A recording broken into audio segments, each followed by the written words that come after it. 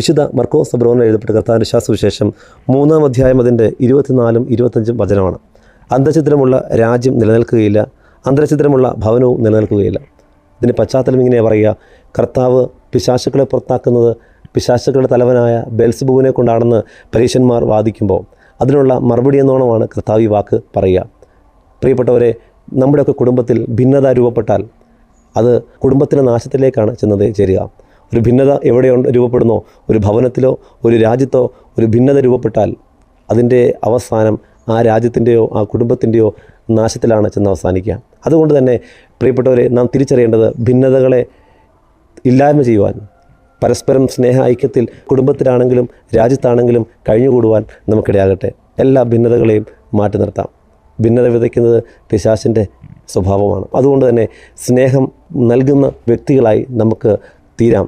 മറ്റുള്ളവരുടെ ഇടയിൽ ഭിന്നതയ്ക്ക് പകരം സമാധാനം വിതയ്ക്കുന്ന വ്യക്തികളായി രൂപാന്തരപ്പെടാം. അതിന് ഈ വചനഭാഗം ഇടയാകട്ടെ.